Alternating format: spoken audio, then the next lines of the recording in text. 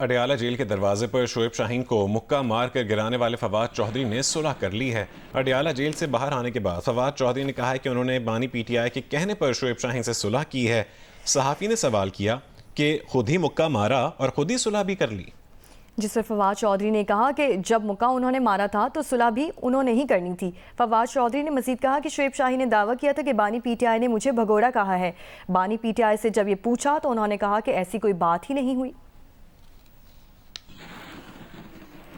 क्या हुआ? इन्होंने टीवी पे बात कही थी कि इमरान खान ने कहा है कि भगोड़ा है, तो मैंने खान साहब से रिक्वेस्ट की, मैंने कहा सर ये बात आपने कही है? उन्होंने कहा बिल्कुल भी बात नहीं की, ना ही ऐसी कोई बात हुई। वो मैंने उन्हें कहा कि जब आप इमरान खान का नाम तो इसके लिए यूज़ ना करें ना। बहरहाल अब खान साहब ने कहा सुलह करा दिया तो हो गई। अब बस सुलह होगी। अब सर सुलह हो गई, सुलह हो गई सर। जी सुलह तरफ से सुलह हुई है, दोनों तरफ से हो गई है। हमारी तरफ से जो खान साहब ने हुक्म दे दिया तो हो गई। क्या हुक्म दिया? क्या हुक्म दिया फवाद साहब? बस के सुलह करें, मारा है, सुलह भी आपने तो सुलह आप ही करनी है ना, और की करना है सर। खान साहब शोएब शाहीन ने फवाद चौधरी से सुलह करने से इनकार कर दिया है। अडयाला जेल के बाहर गुफ्तगू में शोएब शाहीन ने कहा है कि हमें इन टाउट से कोई सुलह नहीं करनी। शोएब शाहीन ने यह भी दावा किया है कि उन्होंने फवाद चौधरी के हमले का 4 गुना जवाब दे दिया था। कि आपको पता है कि खान साहब का पैगाम मैंने पहुंचाया था कि इस वक्त फवाद चौधरी का हमारी पार्टी से कोई ताल्लुक वास्ता नहीं है, जो पार्टी में तफरीक पैदा करता है। उसने बगैर किसी वजह के आज मेरे ऊपर अटैक किया फिजिकली। ये अलग बात है कि हमने 2 गुना नहीं 4 गुना उसको हिसाब बराबर कर दिया उसी वक्त। लेकिन हम इन टाउटों को, जो एस्टेब्लिशमेंट के टाउट हैं या जो अपने ज़माने में अपने चचा के नाम पे और जजेस के नाम पे पैसे पकड़ के टाउटी किया करते थे, उनकी कोई इज्जत इस मुआशरे में नहीं है। इसलिए कि इज्जत उनकी ख़राब होती है जिनकी इज्जत होती है। इनकी जो हरकतें हैं उनको खान साहब ने भी शदीद कंडेम किया है। हमारा कोई राजीनामा नहीं है और ना ही मैं ये वाज़ेह कर देना चाहता हूँ टाउटों के साथ मैंने कभी राजीनामा करना। फवाद चौधरी और शोएब शाहीन के दरमियान झगड़े की ऐनी शाहिद नादिया खटक ने बताया कि फवाद चौधरी ने शोएब शाहीन को मुक्का मारा तो वो ज़मीन पर गिर गए थे, जिससे उनके हाथ पर चोट आ गई थी।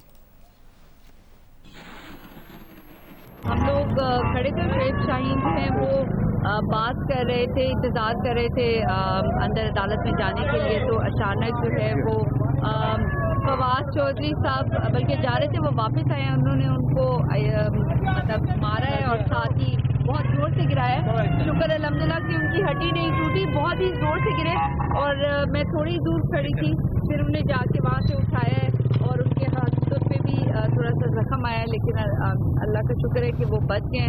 बहुत ही खतरनाक गिरा है। एक दूसरे को बुरा भला भी आई थिंक कोई भी शायद कोई, जो मुझे बाद में मैंने पूछा कि हुआ क्या है, तो वो कह रहे थे कि कोई प्रेस टॉक पे कोई बात होगी, लेकिन बिल्कुल जो ये शोएब शाहीन को आज जिस तरीके से फिजिकल हुए है, ये नहीं होना चाहिए।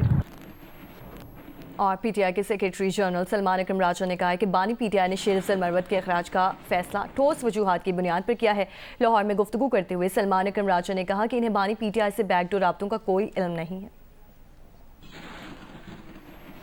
बैकडोर राब्ते हो रहे हैं, देखिए मेरे इल्म में नहीं है और खान साहब का बिल्कुल वाज़ेह मौक़िफ़ है कि वो किसी डील की बुनियाद पे बाहर नहीं आएंगे। वो आइन और कानून की सरबुलंदी के लिए जेल में हैं, आइंदा भी उनको रहना पड़ा तो वो रहेंगे। वो अपने हर कारकुन की आज़ादी चाहते हैं, उसके बाद ही वो बाहर निकलेंगे। लिहाजा ये डील वगैरह की बात, बनी गाला की बात वो मुस्तरद कर चुके हैं। हम कानून आइन की जंग लड़ेंगे और कानून और आइन की बुनियाद पर ही बाहर आएंगे। और आप देखेंगे कि अवाम की एक पहले से कहीं बड़ी तादाद जो है वो अब इस तमाम निज़ाम से नाला है, वो इस निज़ाम के खिलाफ उठने को तैयार है और वो उठेगी।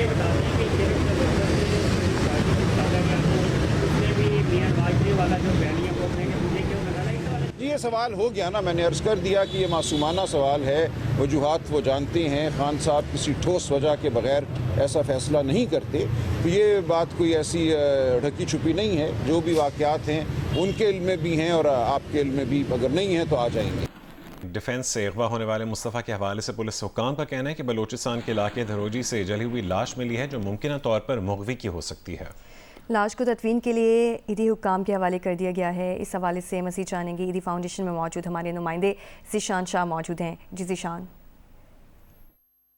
मैं इस वक्त मौजूद हूँ ईदी फाउंडेशन के सरबरा फैसल ईदी साहब के साथ। इनसे हम तफसीलात हासिल करते हैं। ये जो मैयत है ना, ये जली हुई हालत में मिली थी। उसका सर भी नहीं था, उसके दोनों हाथ भी नहीं थे, दोनों टांगे भी नहीं थी, कटी हुई थी और वो हमें मिले नहीं है। वो सिर्फ हमें धड़ मिला है, वो भी जलावा मिला है और ये बलूचिस्तान से मिला है। दोराजी का इलाका था। वहाँ की पुलिस ने हमसे रब्ता किया हब चौकी ईदी सेंटर से, तो वहाँ से हमारी गाड़ी ने जो है वो पुलिस ने हमारे हैंड ओवर की है। ये लाश हमने सख्तखाने में रखी। 12 फरवरी को ये हमें मिली है और 16 फरवरी को हमने इसकी तदफीन की है। फिर कब्र कुशाई का इंतज़ाम किया जाएगा, तो फिर उसके लिए उसका क्या तरीक़ाकार होता है? देखिए, कब्र कुशाई पहले तो ये लाश हमें मिली है बलूचिस्तान पुलिस ने दी है, हमें सिंध पुलिस ने नहीं दी। तो इसकी अब 2 FIR हुई हैं। तो सिंध सुबह वहाँ पे रब्ता करेगा और वहाँ से फिर ये केस ट्रांसफ़र होगा सिंध में, क्योंकि वारदात यहाँ पर हुई है।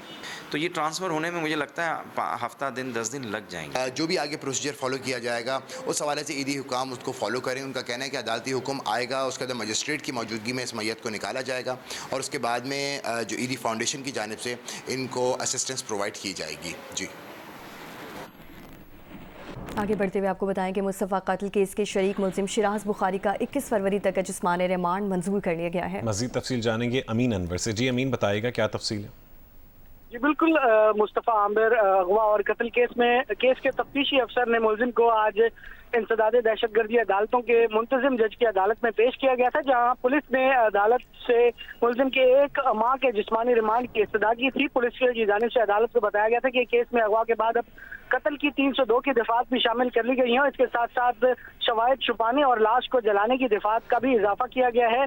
ताहम अदालत ने 1 घंटा सरकारी वकील और मुलजिम का मौक़िफ़ सुनने के बाद 1 घंटे से ज़ायद ये समाअत जज के चैम्बर में जारी रही, जिसके बाद अदालत ने 21 फरवरी तक मुलजिम शराज को पुलिस के हवाले किया है जिस्मानी रिमांड पर। उसके साथ साथ केस के तफ्तीशी अफसर से आइंदा समाअत पर पेशरफ्त रिपोर्ट भी तलब कर ली है। बहुत शुक्रिया अमीन अनवर आपका।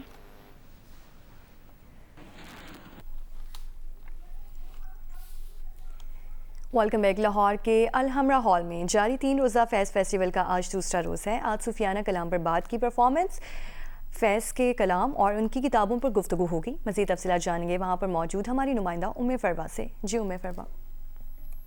जी, लाहौर के अलहमरा हॉल में फ़ैज़ फेस्टिवल का आगाज़ हो गया है और आज पहला रोज़ है और फ़ैज़ फेस्टिवल जो है ये सुबह 11 बजे से लेकर रात 7 बजे तक जारी रहेगा और इसमें मुख्तलिफ़ हॉल्स के अंदर मुख्तलिफ़ सेशंस होंगे। और सबसे पहला जो सेशन होगा उसके अंदर स्कूल की बच्चियां जो हैं तालबात वो सूफियाना कलाम के ऊपर रक़्स पेश करेंगी। इसके अलावा लाल बैंड की परफॉर्मेंस होगी और जो फ़ैज़ की शायरी है उसके ऊपर बात होगी। इस तरह मुख्तलिफ़ जो नज़में हैं उन पर मुश्तमिल जो किताबें हैं उनकी किताबें जो हैं वो मुख्तलिफ़ मौज़ूआत के हवाले से उनकी बुक लॉन्चिंग जो है वो भी इसका फ़ैज़ फेस्टिवल का हिस्सा बनाया गया है, जहाँ पर जो शुरका जो हैं और इसके साथ मुकर्रीन जो हैं फ़ैज़ की जो शायरी है उसके हवाले से अपने ख़यालात का इजहार भी करेंगे और फ़ैज़ की शायरी में जो कुछ उन्होंने लिखा और जो कुछ उन्होंने बयान किया उस हवाले से भी आज इस सेशन के अंदर जो है इसका ज़िक्र किया जाएगा। इसके अलावा फ़ैज़ की शायरी को बच्चे स्कूल की तलबा और तालबात जो हैं वो भी बयान करेंगे, उनको अपनी